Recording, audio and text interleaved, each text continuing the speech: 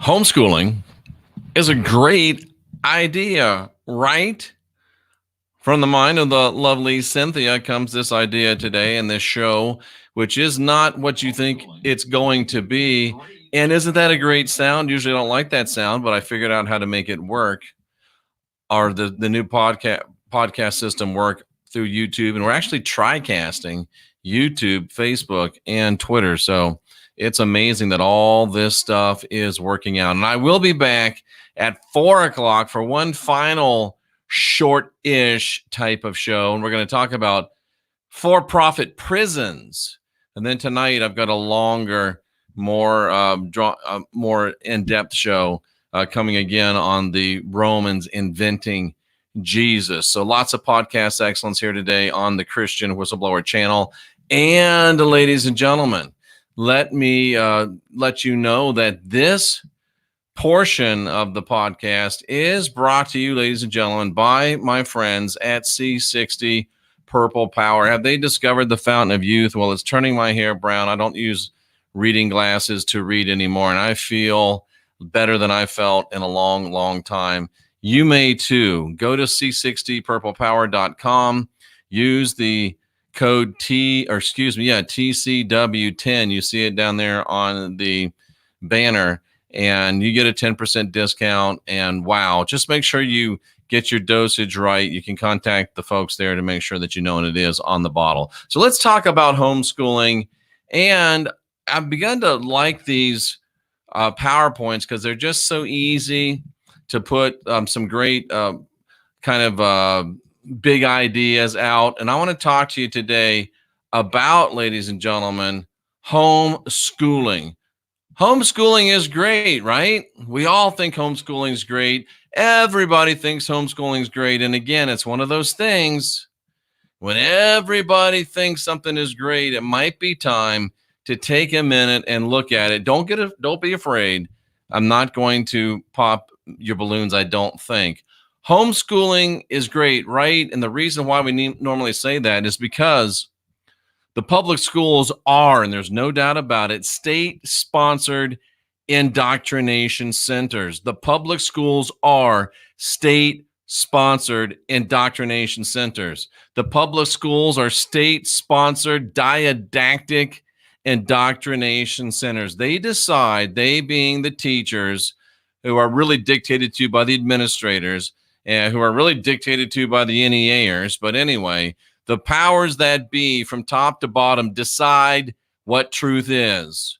And then they make the kids learn it, memorize it, and your ability to regurgitate it as accurately as possible determines your grade. Has no idea whether you're actually learning or not. It has nothing to do with whether you're actually learning or not. It is a system of indoctrination, ladies and gentlemen. The public schools are state-sponsored indoctrination centers. So homeschool has to be a better way, right? It has to be. Anything's better than getting out of the state-sponsored indoctrination centers, right? Well, here's the problem. Virtually all homeschooling curriculum is Christian-based. You begin to see the problem. We go from one indoctrination modality, the indoctrination of the state, to another indoctrination modality, that being the indoctrination of the church, which really is the state, which really is the church. So is it a intentional dichotomy that's created to make us think we've got to choose one or the other? Is homeschooling really great? Well, the public schools are state-sponsored indoctrination centers, so homeschooling has to be better, right? Well, perhaps not when virtually all homeschool curriculum is Christian-based. Fear and guilt, blood matrix, control matrix. Fear and guilt, blood magic, control matrix based. Are we going from state-run indoctrination centers to church-run indoctrination centers? Are we simply taking our kids from the frying pan to the fire? I'm so glad that I don't have kids anymore that are in this system, but I do have grandkids that are in a system. I think they're in the latter system. They're in the Christian-based system, and my daughters think that's great. But of course, we have a little bit of a difference of opinion on that. But have we gone from the frying pan to the fire? Well, Jeff, what do we do? Well, here's my suggestion. When choices 1 and 2 are unacceptable, when raising your kids in a state-sponsored indoctrination center is unacceptable, and when raising your kids in church-sponsored indoctrination is unacceptable, create choice number 3. And this is what Cynthia was telling me that she did. She made life the curriculum.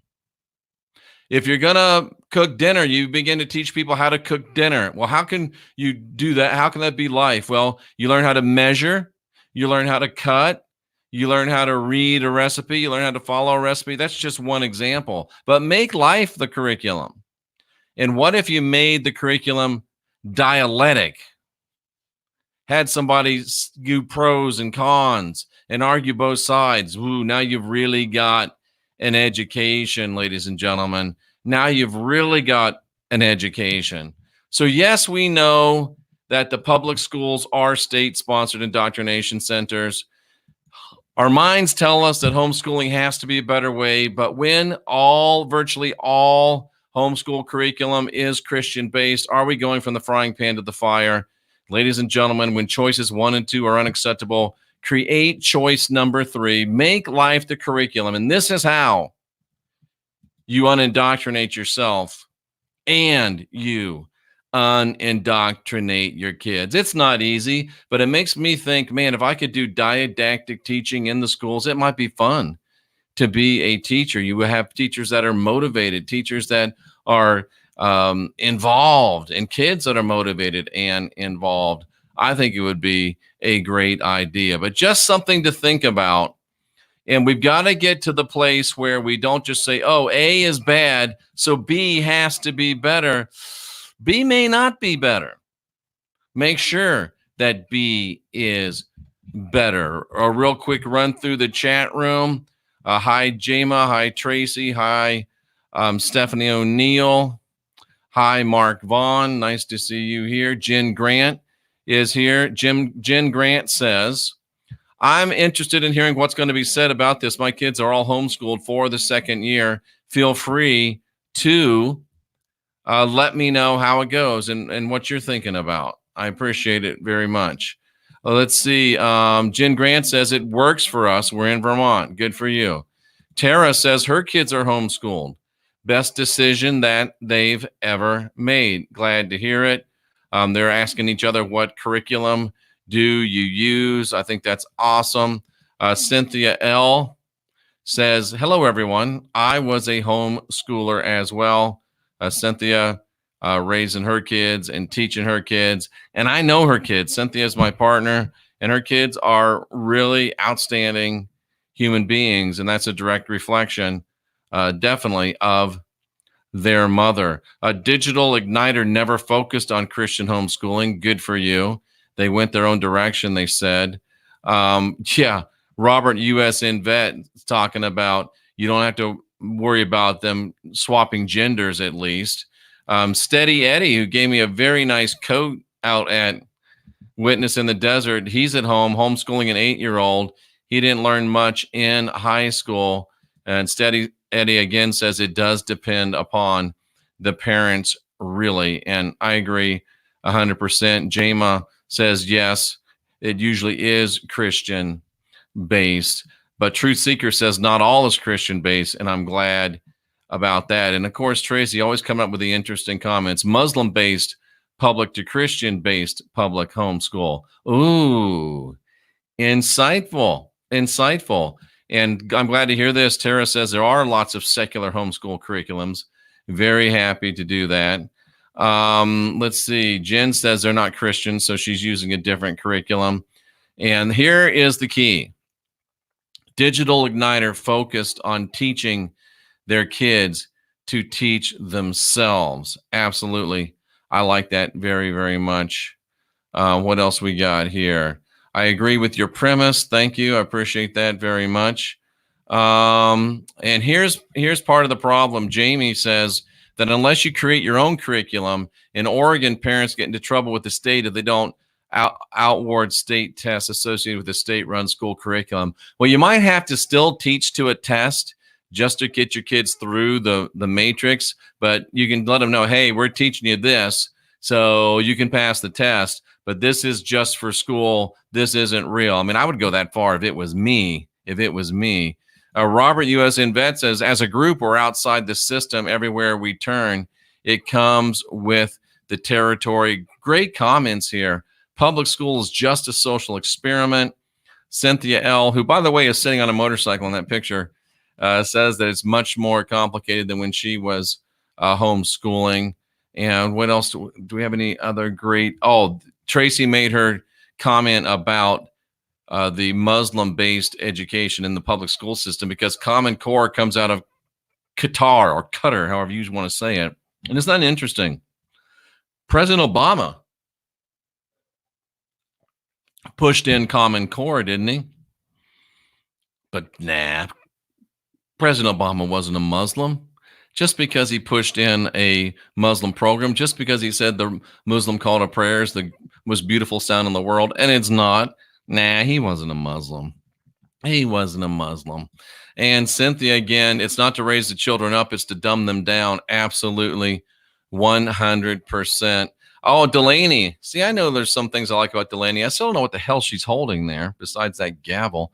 But she says that's exactly what she tells her son. We got to learn this part to play along. I like it. Here's an interesting point. Truth Seeker says his kids, her kids, their kids remember their homeschooled years as the best years of their life. This is the ticket right here, Marcia. Very smart lady. Homeschooling and then technical school teaching trades. And Cynthia was instrumental, or at least a big part of her grandson going to technical school. I mean, this guy is going to have a great trade at a great salary, and it's already paying dividends because he's going to the school, and then he comes back home. They do some practical learning, and they go to the school and learn, then they come back and do some practical learning. He's going to be able to fix anything that's diesel. And folks, there's always going to be diesel stuff. There's always going to be room for trades. Think about it. Even if you're a tradesperson, you're an electrician, you're a plumber, you're a block mason, you're a block layer, bricklayer, whatever they call it. You're a diesel mechanic. Even if it comes to Armageddon, even if we're living in a post-apocalyptic era, there's still going to be need for people to do those things. There's still going to be people to do those things. Think about it, ladies and gentlemen. Think about it. Tracy Dyer and Cynthia both said Common Core came through Bush and Obama, and Bush did bring the Muslim Brotherhood into government, and he did. That is absolutely 100% true.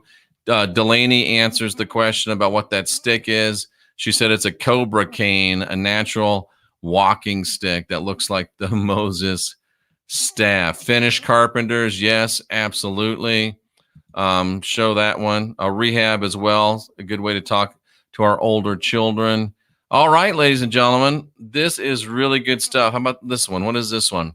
Vanna was bullied and not taken seriously in school, even by their teachers. They had me in special classes for not behaving and not going along with their BS programs. Good for you, girl.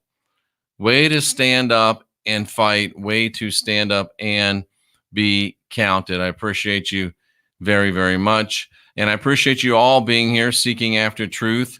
I am Jeffrey Daugherty, the Christian Whistleblower, and we're here with just one idea. We're here to help you unindoctrinate yourself. That means guiding your own spirit, mastering your own ascension, and being your own guru. That means knowing that you're not filled with original sin and that you have the spark of divinity within. That's right. You're divine, you're sovereign, and you're free. And I'm here to remind you of that every single day. Things are not bad and getting worse. Things are good and getting better because we are winners. 40,000 plus and growing. We are winners. Yeah, let the winners write history. We're winners and we're writing our present. We're stepping it up. We're writing a new life right here and right now. We can't be defeated as long as we get busy. See you at 4:00 for another little snippet about prison prophets. And then later on tonight, a full-blown podcast excellence experience. I'm Jeffrey Daugherty, the Christian Whistleblower. We'll see you again at 4 p.m. Central Time, live from the Heartland.